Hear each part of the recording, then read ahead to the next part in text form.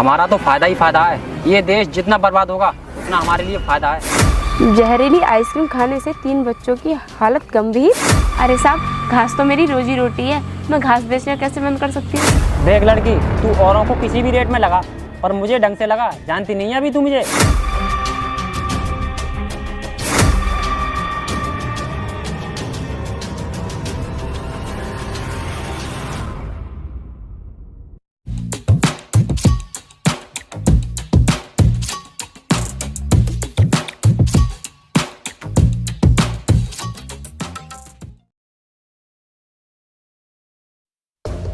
अब लूंगी उन गुंडों से अपना बदला। उन गुंडों को ऐसा सबक सिखाऊंगी कि किसी गरीब को सताना तो दूर, उसके आसपास भी नहीं भटकेंगे। दीदी, आखिर हम गरीबों की भगवान ने सुनी ही ली। अब आप उन कमीनों से अपना चुन चुन कर बदला लेना। हाँ भाई, तू ठीक कह रहा है। वैसे भी भगवान अपने भक्तों की मुरादें जरूर पूरी करता है। दीदी, मुझे आपकी मेहनत पर और भगवान पर पूरा विश्वास था कि आप जरूर कामयाब होंगी। राज, भगवान वही होता है जहाँ विश्वास होता है, और भगवान की कृपा से मुझे नौकरी मिली गई है। तुम फिक्र मत करो, क्योंकि अब हमारे अच्छे दिन आ गए हैं। दीदी, आपको नौकरी मिल गई है तो अब मैं फिक्र क्यों करूँगा। जहरीली आइसक्रीम खाने से 3 बच्चों की हालत गंभीर, अस्पताल में भर्ती। ये कैसे हो गया? सूत्रों से पता चला है कि शहर में खुलेआम ब्राउन शुगर की तस्करी हो रही है। तस्कर इसी जहर को बच्चों की खाने पीने वाली चीज़ों में मिलाकर बेच रहे हैं। पुलिस ने इस जहर को रोकने के लिए कई बार कोशिश की, लेकिन सबूत न मिलने के कारण नाकाम रही। जल्द से जल्द इस चीज़ पर रोक नहीं लगी तो ये धीरे धीरे शहर को खोखला कर देगी। लगता है अब मुझे ही कुछ करना होगा।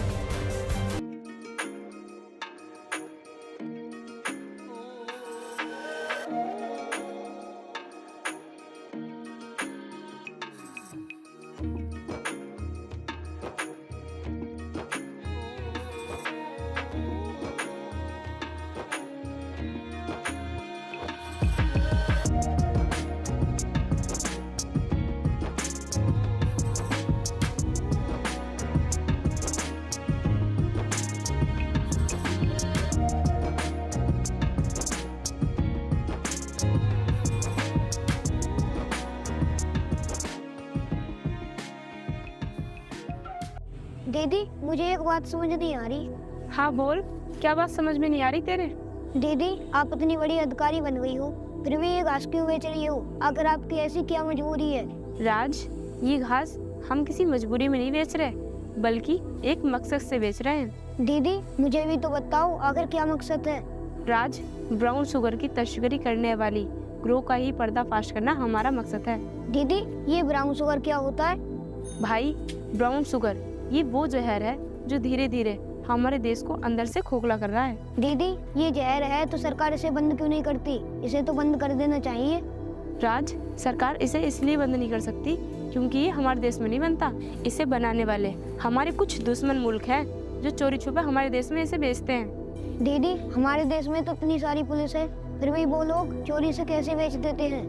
पुलिस तो है मेरे भाई, लेकिन हमारे देश के कुछ गद्दारों के कारण हो रहा है ये सब। दीदी, अगर ऐसा है तो पुलिस उन गद्दारों को पकड़कर जेल में क्यों नहीं डालती? क्योंकि मेरे भाई उनके खिलाफ सबूत नहीं मिल पाते, इसीलिए वो बच जाते हैं। लेकिन अब ऐसा नहीं होगा, क्योंकि जब तक मैं उनके खिलाफ सबूत इकट्ठा नहीं कर लेती तब तक मैं घास बेचती रहूंगी। इसीलिए राज, तू किसी को नहीं बताएगा कि मैं कौन हूँ। ठीक है दीदी, मैं किसी को नहीं बताऊंगा। राज, हम बिल्कुल उसी तरह घास बेचेंगे जैसे हम पहले बेचते थे, तभी हम कुछ कर सकते हैं।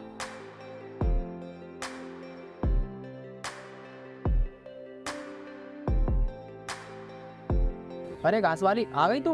मिल गई तुझे फुर्सत? और पैसे इतने दिन गायब कहाँ रही थी तू? अरे साहब, आप और पुलिस की वर्दी में? क्या आप पुलिस वाले हो? नहीं, मैं पुलिस वाला नहीं हूँ, चाय वाला हूँ। तेरी आंखें नहीं है? अरे पुलिस में हूँ तभी तो वर्दी पहन रखी है। अरे साहब, आप नाराज मत हो, मैंने आज से पहले आपको वर्दी में नहीं देखा ना, इसीलिए पूछ लिया। अगर मुझे पता होता पुलिस में आओ आप, तो मैं क्यों पूछती फिर। कोई बात नहीं, मगर तू ये बता, इतने दिनों से घास बेचने क्यों नहीं आई? कुछ नहीं साहब, वो कुछ ज़रूरी काम आ गया था इसलिए नहीं आई, लेकिन आज से मैं रोज़ आया करूँगी। तू एक मामूली घास बेचने वाली है, कोई ऑफिसर तो है नहीं, तो तुझे इतना जरूरी काम पड़ गया। वो साहब मेरे एग्ज़ाम थे, इसलिए मुझे कुछ दिन रुकना पड़ा। क्या तू भी पढ़ती है? मैंने तो कभी ऐसा सोचा भी नहीं था कि तू पढ़ाई भी करती होगी। साहब मैं क्यों नहीं पढ़ सकती? और फिर पढ़ने में बुराई क्या है? पढ़ने में तो कोई बुराई नहीं है, लेकिन तू पढ़कर करेगी क्या? क्योंकि तुझे नौकरी तो मिलेगी नहीं, अपना टाइम बर्बाद कर ले, वही बाकी है। साहब आखिर मुझे नौकरी क्यों नहीं मिल सकती? क्या मैं इस देश में नहीं रहती हूँ क्या? सिर्फ देश में रहने से नौकरी नहीं मिलती, नौकरी के लिए योग्यता चाहिए, और योग्यता पाने के लिए बड़ी बड़ी यूनिवर्सिटियों में पढ़ाई करनी पड़ती है, जिसमें लाखों रुपए का खर्चा आता है। और तू ठहरी एक मामूली घास वाली, तू इतना पैसा कहाँ से लाएगी? इसीलिए मैं तुझे समझा रहा हूँ। साहब ये सब पहले होता था, लेकिन अब पढ़ाई के लिए पैसों की ज़्यादा आवश्यकता नहीं होती, क्योंकि गवर्नमेंट ने पढ़ाई के लिए काफ़ी सुविधा कर दी है, जिससे कि मेरे जैसी गरीब बच्चों को बहुत सारे लाभ मिला है। दीदी आप सही कह रही हो, क्योंकि हमारे स्कूल में भी अच्छी पढ़ाई होती है और सही खाना मिलता है। साहब जी सुना आपने, आज के इस दौर में इंसान गरीब रह सकता है लेकिन अनपढ़ नहीं, क्योंकि हमारी सरकार छात्रों के लिए दिन प्रतिदिन नए नए आयाम विकसित कर रही है। ये सब मुझे पता है, मुझे मत बता। अब जल्दी से 2 गड्डी घास की दे दे। ठीक है साहब।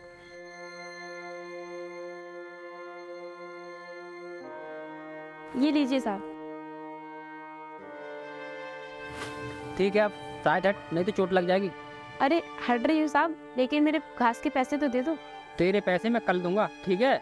साहब मैंने इतने दिनों बाद काम शुरू किया है और आप मेरे पहले ग्राहक हो, कम से कम मेरी बोनी तो करा दो। तेरी समझ में नहीं आता? जब मैं कह रहा हूँ कल दे दूंगा तो कल दे दूंगा पैसे। साहब मैं आपसे सारे पैसे देने के लिए थोड़ा ना बोल रही हूँ, आप मुझे 10-20 रुपए दे जाओ ताकि मेरी बोनी हो जाए, बाकी के आप कल दे देना। एक तो मैं पहले ही ड्यूटी के लिए लेट हो गया हूँ, और ऊपर से तू मेरा दिमाग खराब कर रही है। अगर मेरा मूड खराब हो गया ना तो तू और तेरा भाई इस इलाके में नजर नहीं आएंगे, समझी? चल दूर हट।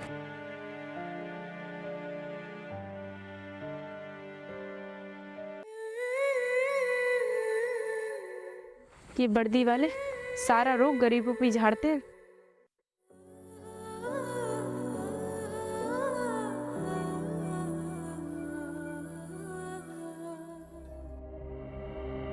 अरे तुम आ गई? अरे साहब आप, नमस्ते। हाँ मैं आ गई। नमस्ते नमस्ते। लेकिन तुम इतने दिन कहाँ रही? कुछ नहीं साहब, मैं किसी काम से बाहर चली गई थी। ठीक है, मुझे तो ऐसा लगा था कि अब घास बेचनी बंद कर दी। अरे साहब घास तो मेरी रोजी रोटी है, मैं घास बेचना कैसे बंद कर सकती हूँ? चलो ठीक है, मुझे 2 गड्डी दे दो। ठीक है साहब अभी देती हूँ।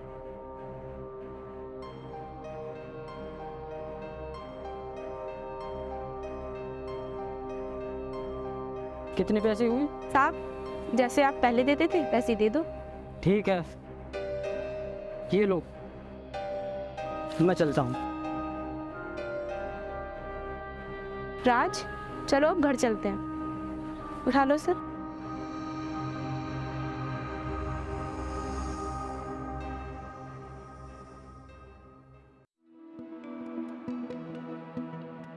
रोक, यहाँ पर रोक। तू यार सही कहता था, यही है इसकी असली औकात। तूने मुझे सही टाइम पर रोक लिया, नहीं तो मैं इसके चक्कर में पड़ के अपना धंधा और चौपट कर लेता। अरे यार आखिर हम दोस्त हैं, और एक दोस्त ही दोस्त को नहीं रोकेगा बर्बाद होने से, तो फिर कौन रोकेगा? देखो तुम्हें बकवास करने की कोई जरूरत नहीं है, अगर तुम्हें बकवास करनी है तो आगे जाके करो, यहाँ नहीं। यहाँ क्यों नहीं कर सकते? ये रास्ता क्या तेरे बाप का है? हम तो यहीं पे बकवास करेंगे, तू बोल क्या करेगी? करने के लिए तो मैं बहुत कुछ कर सकती हूँ, लेकिन तुम दोनों यहाँ से ऐसे ही चले जाओ तो अच्छा होगा। नहीं जा रहे ऐसे, कर क्या करेगी? देखो तू हमसे झगड़ा करेगी? तेरी औकात है हमसे झगड़ा करने की? पहले तो तू अपनी हद में रह के बात कर। तू एक मामूली घास बेचने वाली लड़की है, कोई IAS ऑफिसर नहीं, इसलिए अपनी हद में रह के बात कर, वरना हमें तेरी औकात दिखाने में ज्यादा टाइम नहीं लगेगा। हाथ में रह के बात करने की तुम कहीं के मंत्री नहीं हो, गली के गुंडे हो गुंडे। और हाँ ज्यादा बकवास की ना तो शोर मचा कर पब्लिक को बुला कर तुम करो कि अच्छे तरीके से मरम्मत करवाओ। चल यार चलते हैं, इसे तो बाद में देखेंगे, कभी तो अकेली मिलेगी।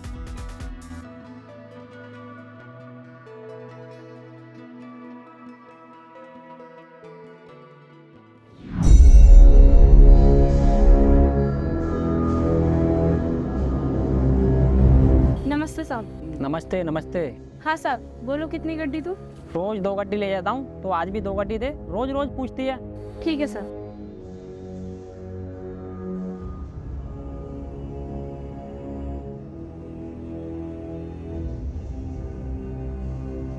लाओ साहब, पैसे कल की मिलाकर आज के 160 रुपये हो गए आपके। तू जरा रेट ढंग से लगाया कर, तू मुझे जानती नहीं है अभी। साहब, मैं तो हमेशा इसी रेट में गड्डी बेचती हूँ, फिर आप आज ऐसा क्यों कर रहे हो? देख लड़की, तू औरों को किसी भी रेट में लगा, पर मुझे ढंग से लगा, जानती नहीं है अभी तू मुझे। साहब, जिस रेट में औरों को देती हूँ उसी रेट में आपको देती हूँ, फिर आप ऐसा क्यों बोल रहे हो? चल चल ठीक है, ये ले 100 रुपये। साहब, मैं इतने कम पैसे कैसे ले सकती हूँ? अगर आपको पैसे देने हैं तो पूरे दो, वरना ये भी रख लो। मुझसे ज़्यादा जबान लड़ा रही है। रुकिए सर, हाथ उठाने से पहले ये तो देख लो आप। जय हिंद मैम। जय हिंद। मैम मुझे माफ़ कर दीजिए, मैंने आपसे अनजाने में बदतमीजी की। वैसे मैम मैं बाहर से ऐसा दिखता हूँ, वैसे अंदर से मैं ऐसा हूँ नहीं, इसीलिए आप मुझे गलत मत समझिए।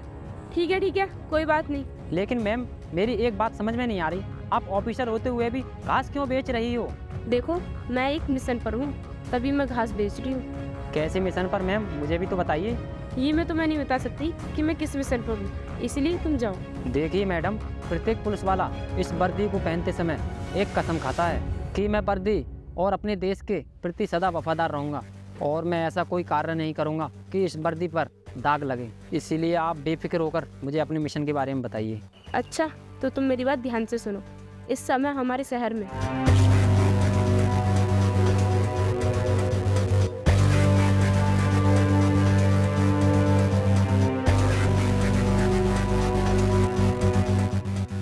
समझ गए तुम? ठीक है मैम, मैं समझ गया।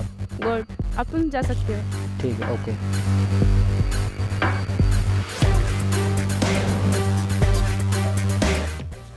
भाई, ऐसा कौन सा काम आ गया जो तूने आज मुझे धंधे के टाइम पर बुला लिया?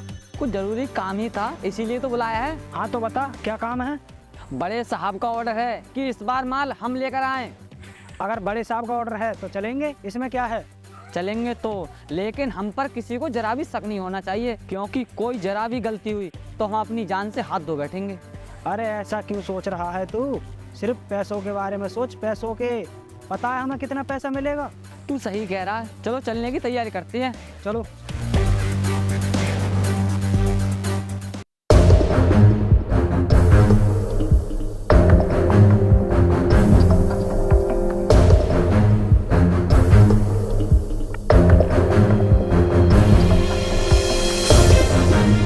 रंगा, वो रहा बंदा जिससे हमें माल लेना है।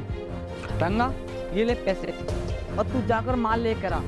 जरा होशियारी से जा, तब तक मैं पुलिस की निगरानी कर रहा हूँ यहाँ रहकर। ठीक है भाई।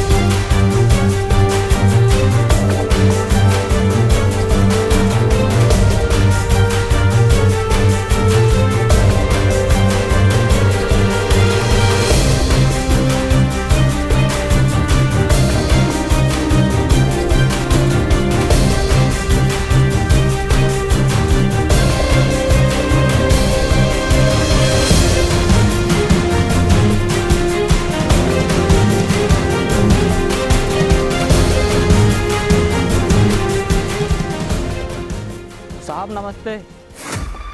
नमस्ते नमस्ते, ले आए तुम लोग माल? साहब, आपने जैसा कहा था बिल्कुल वैसा ही किया है। ये ले आए माल, ये देखिए। लाओ चेक करता हूँ।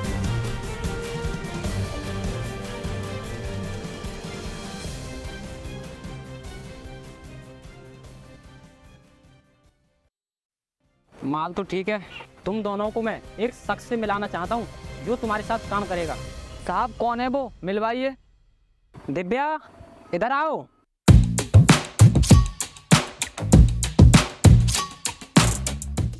हाँ साहब, बताइए। दिव्या, इनसे मिलिए, ये बहुत ही वफादार आदमी है।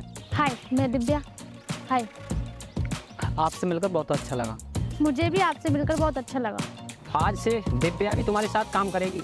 ठीक है साहब। ठीक है, तो तुम जाओ और इसे बच्चों के खाने वाली चीज़ों में मिलवाकर सारे में बेच दो। साहब, हमारा माल तो ऐसे ही बिक सकता है, फिर बच्चों की खाने वाली चीज़ों में मिलाकर बेचने की क्या ज़रूरत है? ये बात तुम नहीं समझोगे, फिर भी मैं तुम्हें बता देता हूँ, बच्चे देश का भविष्य होते हैं, और जिस देश का भविष्य खतरे में चला जाए उस देश को डूबने से कोई रोक नहीं सकता। लेकिन साहब, इसमें हमारा क्या फायदा होगा? हमारा तो फायदा ही फायदा है। ये देश जितना बर्बाद होगा उतना हमारे लिए फायदा है। आगे चलकर हम लोग यहाँ पर राज करेंगे, समझे तुम लोग? ये लोग।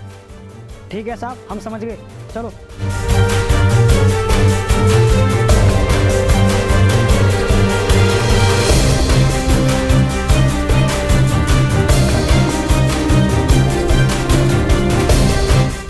पुलिस वाली, तू ये नया सूट पहनकर इधर कहाँ जा रही है? मैं कहीं भी जा रही हूँ, पहले तुम लोग बताओ इस सूटकेस में क्या है। सूटकेस में कुछ भी हो, हम तुझे क्यों बताएं? और तू होती कौन है पूछने वाली? अच्छा, मैं कौन? ये देख, ये हूँ मैं। अरे ये तो डीएम साहब है। डीएम हूँ मैं। देखा इस सूटकेस में क्या है? छोड़।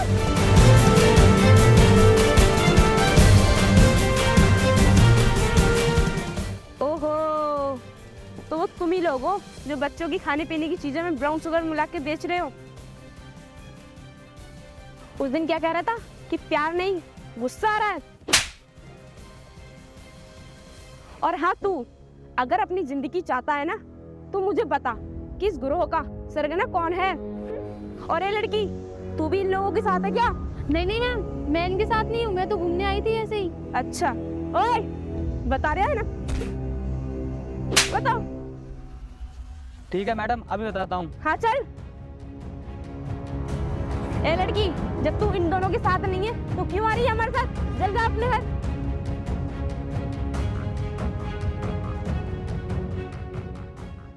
ए, जरा अपना चेहरा तो दिखा, कौन है तू?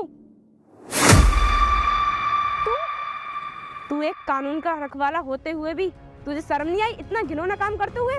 मैडम, धंधा जो भी हो, पैसा होना चाहिए, पैसा जरूरी है। तुम कैसे इंसान हो? पैसों के लिए छोटे छोटे बच्चों की जिंदगी से खिलवाड़ करोगे? मैडम, इससे हमें कोई फर्क नहीं पड़ता, पैसा आना चाहिए, पैसा। अच्छा, उस दिन तो तुम मुझसे बड़ी बड़ी ईमानदारी की डींगे हाँक रहा था, अब तेरी ईमानदारी कहाँ गई? मैडम, ईमानदारी से कुछ नहीं होता, जिंदगी जीने के लिए पैसा चाहिए, पैसा। समझिए आप, मुझे पैसे से प्यार है। ओ, पैसे से प्यार है, मैं सब समझ गई। अब तेरा सारा प्यार ना जेल में चक्की पीसते हुए निकलेगा। चल अब मेरे साथ। मैडम, मेरी बात को समझो और हम लोगों से मिल लो, जितना पैसा चाहिए उतना मैं देने को तैयार हूँ। ओए सुन, मैं तेरी तरह लालची नहीं हूँ जो पैसों की लालच में अपने देश से गद्दारी करूँ, समझा? देख, तेरी भलाई इसी में है कि तू इज्जत से मेरे साथ चल, वरना यहाँ से घसीटते हुए लेके जाऊंगी तुम तीनों को। चल।